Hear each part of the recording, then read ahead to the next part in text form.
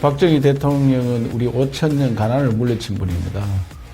그야말로 우리 역사상 가장 좋은 일을 우리 국민들한테 배고픔을 이기다 하는 것보다 그보다 더 큰 일은 없습니다.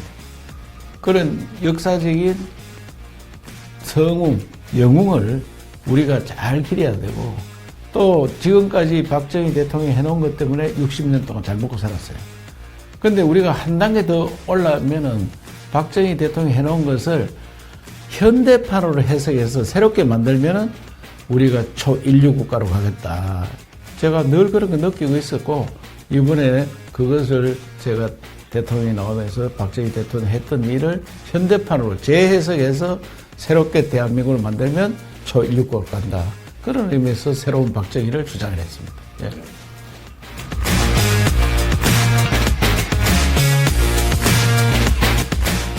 트럼프 대통령은 자기가 쓴 거래와 기술이라는 책이 있습니다. 그거 보면은 언제든지 거래를 해야 된다.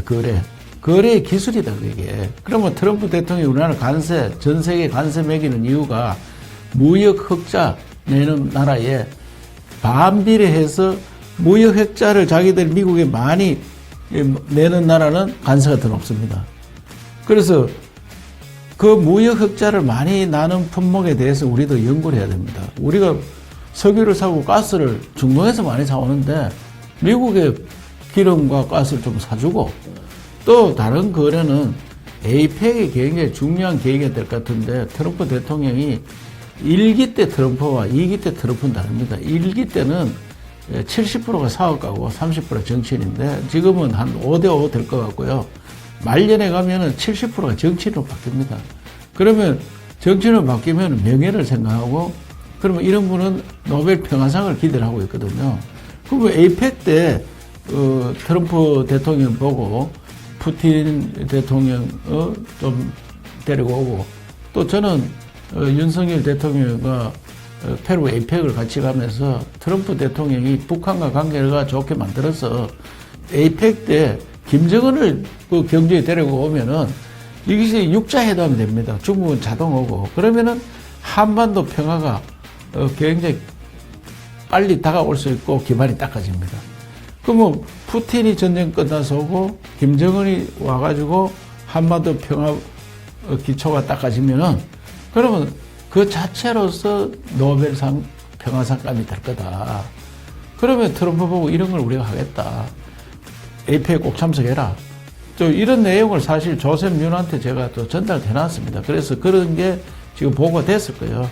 그래서 이번 대통령이 제가 되면 이걸 바로 실행을 해서 트럼프와 거래를 하는 그런 모습을 보여줘야 된다고 생각합니다.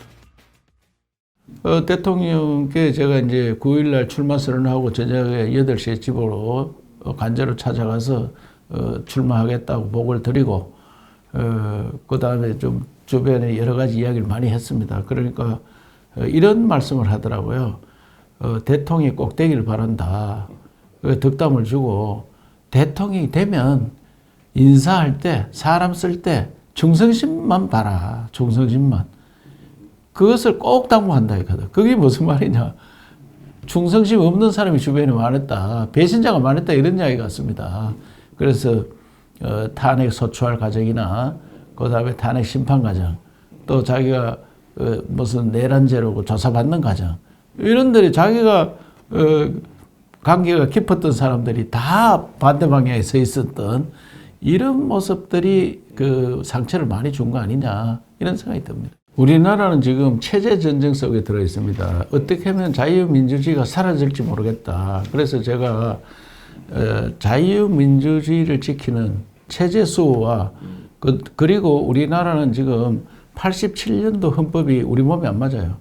그래서 이 헌법 체계를 바꾸는 체제 교체, 체제를 교체해서 새로운 시대를 만드는 이런 것들을 해야 됩니다. 그래서 저는 이번 대선은 체제 교체와 그 다음에 체제 수호 또 그런 걸 위해서는 정권 수호를 해야 된다. 이렇게 생각합니다. 예. 박정희 대통령도 초등학교 선생님을 하셨고 저도 중학교 선생님을 했습니다. 그래서 선생님은 늘 국민을 이끌어 간다. 어떻게 하면 국민들을 좀 잘 대우해 줄까? 이런 건 마음이 다를 거예요, 아무래도. 그래서 박정희 대통령이 이 국민들, 배고픈 국민을 어떻게 잘 살게 할 거냐? 우리도 한번 잘 살아보세요. 새마을운동.